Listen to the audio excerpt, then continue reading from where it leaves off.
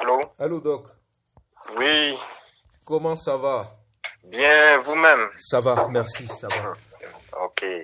Il, Pendant que nous célébrons la Coupe d'Afrique des Nations du côté de Yaoundé, il Oui, semble que ça ne va pas du côté de l'extrême nord. tout à fait. Que se passe-t-il, docteur? En fait, il y a un mouvement d'humeur du côté de Kousseri Centre, suite, n'est-ce pas, aux affrontements qui se sont déroulés il y a si peu entre Mousgoum et Arab Choua. Naturellement, une enquête a été ouverte pour déterminer, n'est-ce pas, qui a fait quoi et que, en tout cas, des éventuelles poursuites judiciaires devraient s'en suivre.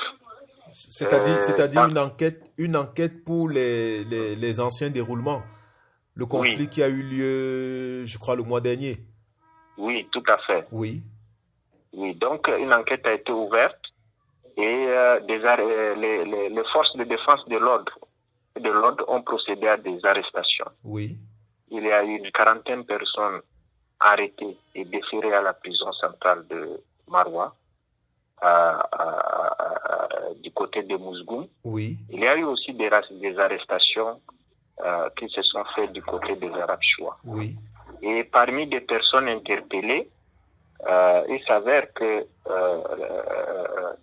l'ancien maire de Makari, le nommé Hachek Djidda Amkres, a été interpellé. Lui, il est Et, arabe, choix. et lui, il est Arab Choua. Oui, Puisque c'est une élite, puisque c'est une personnalité, un leader d'opinion, il a certainement des adeptes et ces adeptes se sont mobilisés pour demander sa libération pure et simple. pourquoi a-t-il été arrêté? Et en tout cas, selon les raisons, en tout cas les explications des sources communautaires, celui-ci aurait été un acteur majeur, n'est-ce pas, lors du conflit qui a opposé Arab Choua au Mousgoum. Oui, Il a fait usage, il aurait fait usage de son arme à feu, n'est-ce pas, lors de ces affrontements. Et il aurait utilisé la Kalachnikov AK-47 comme arme et aurait affirmé aussi qu'il détenait une autorisation d'usage d'armes pour les civils.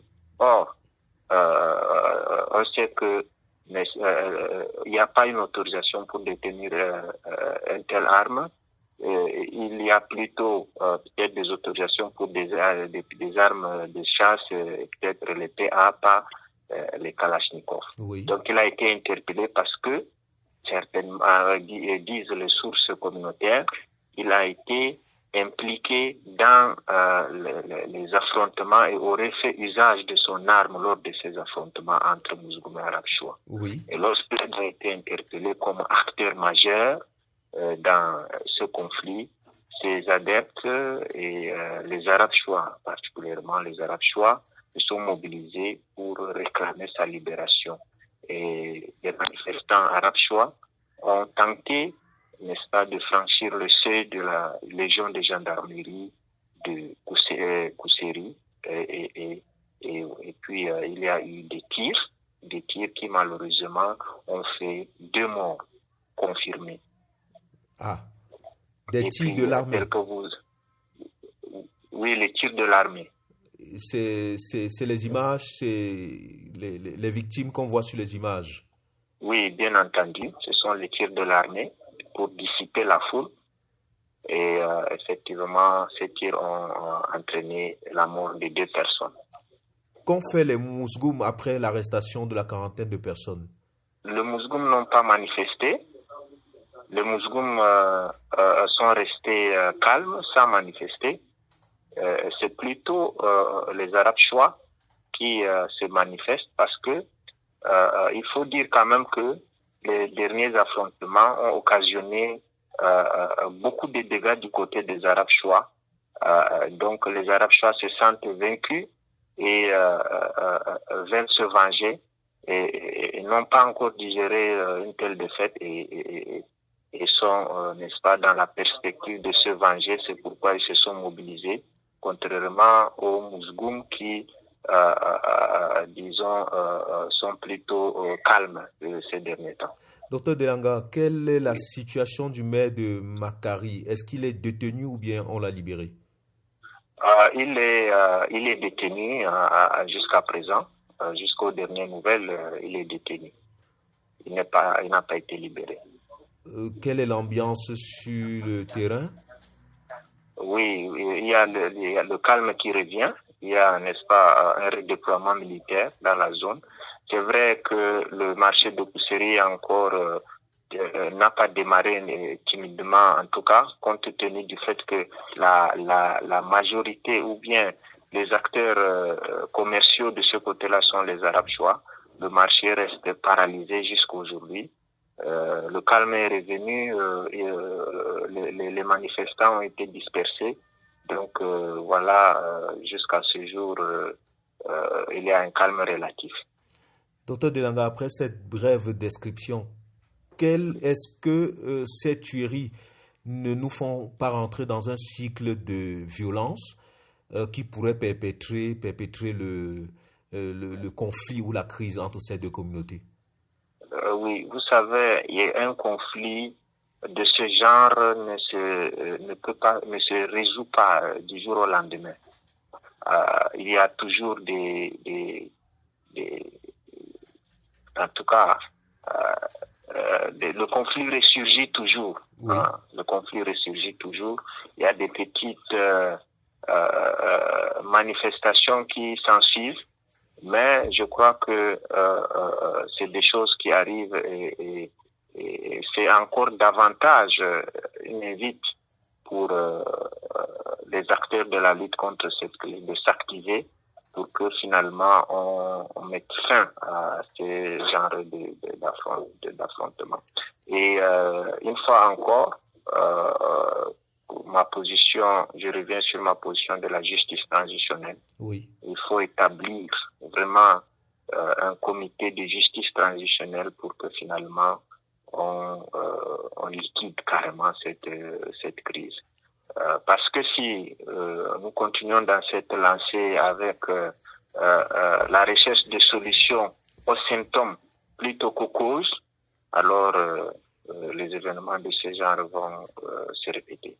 Donc, il y a lieu de s'asseoir encore, de réfléchir à des solutions plus profondes et qui va durer dans le temps que de résoudre des situations factuelles et qui ne s'attaquent pas à des causes profondes de la crise. Est-ce que vous pensez que les acteurs sur le terrain sont prêts pour une initiative de justice transitionnelle en ce moment? Bien entendu, parce que la justice transitionnelle s'invite nécessairement. C'est une nécessité. La nécessité étant ce dont on ne peut se passer. Oui. Donc, c'est une nécessité aujourd'hui parce que, voyez-vous, le nombre de morts ne se fait qu'augmenter et une perte en vie humaine, ce n'est pas bien. C'est vraiment quelque chose à déplorer.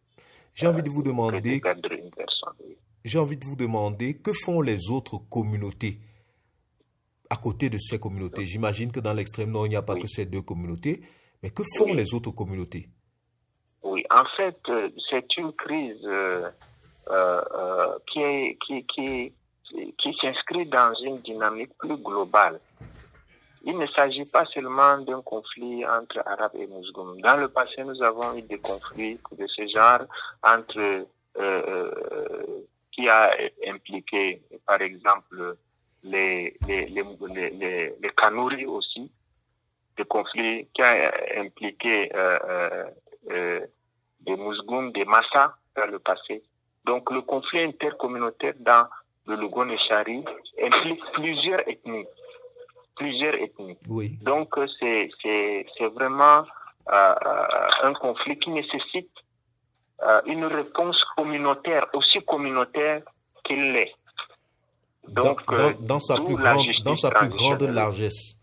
Oui, dans sa plus grande largesse. Il ne s'agit pas seulement de résoudre le conflit arabe Shoa-Mousgoum, dont nous voyons aujourd'hui, mais aussi le conflit qui a même préexisté avant entre, par exemple, Kanouri, qui a impliqué Kanouri Awaza, et vous voyez, il y a plusieurs autres ethnies qui ont eu des conflits entre eux et donc il ne s'agit pas seulement des musulmans et des arabes chois. Il s'agit de Kotoko, il s'agit des arabes chois, il s'agit de Kanouri, il s'agit de musulmans, il s'agit de Massa.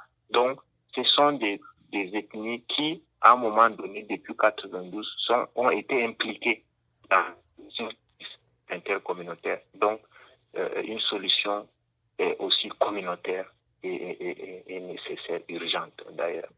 On a dit la dernière fois qu'il y avait ces communautés représentées au Tchad qui avaient l'intention de venir venger leur communauté au niveau du Cameroun. Est-ce que c'est une source crédible?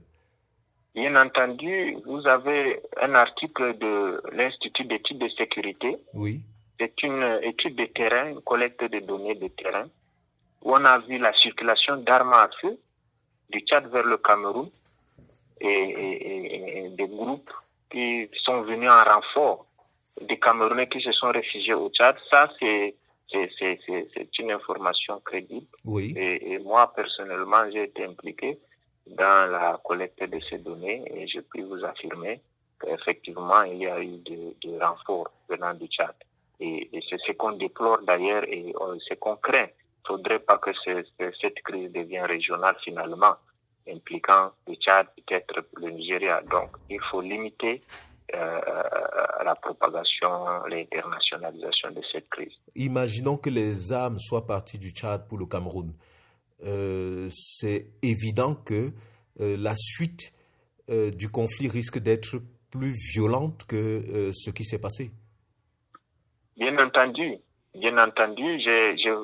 Toutefois, il faut quand même relever qu'il y a une opération, n'est-ce pas, de retrait d'armes qui a été lancée par le préfet suite à un communiqué signé par celui-ci. Donc, les forces de défense et de l'ordre sont en ce moment en train de procéder au retrait d'armes à ceux qui en disposent.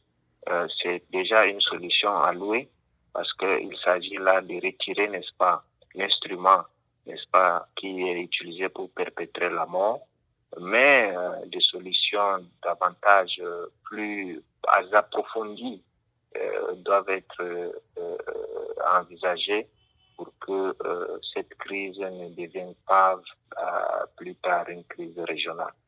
Sauf qu'il est difficile de savoir qui a pu obtenir une arme et peut-être qui ne l'a pas. C'est peut-être en fouillant, c'est-à-dire que on n'a peut-être pas la certitude qu'on réussira à récupérer toutes les armes qui sont rentrées. Il faut dire que selon la démarche du gouverneur, il y a un temps qui a été donné, n'est-ce pas, la démarche du préfet, pardon, il y a un temps qui a été donné à ceux qui disposeraient des armes à feu de venir les déposer. Et jusqu'à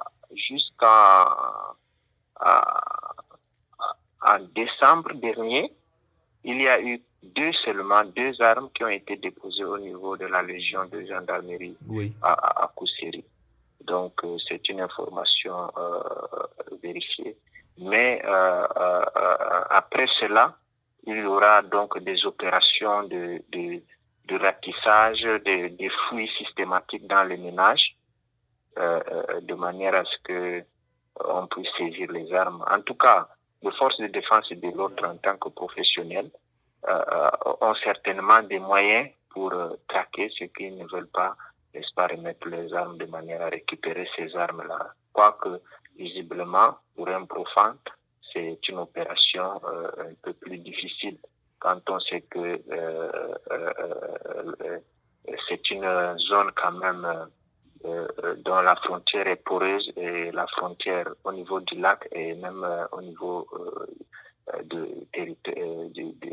la terre tout simplement c'est un peu difficile, mais nous comptons sur nos forces de défense et de l'ordre pour que, au moins, cette opération de retrait d'armes soit une réussite. Mais sinon, il y a déjà une telle initiative qu'il faut saluer, initiée par le préfet du Lobone-Chari. Est-ce qu'il ne faut pas associer le Tchad à la résolution de ce conflit? Bien entendu, il faut associer le Tchad.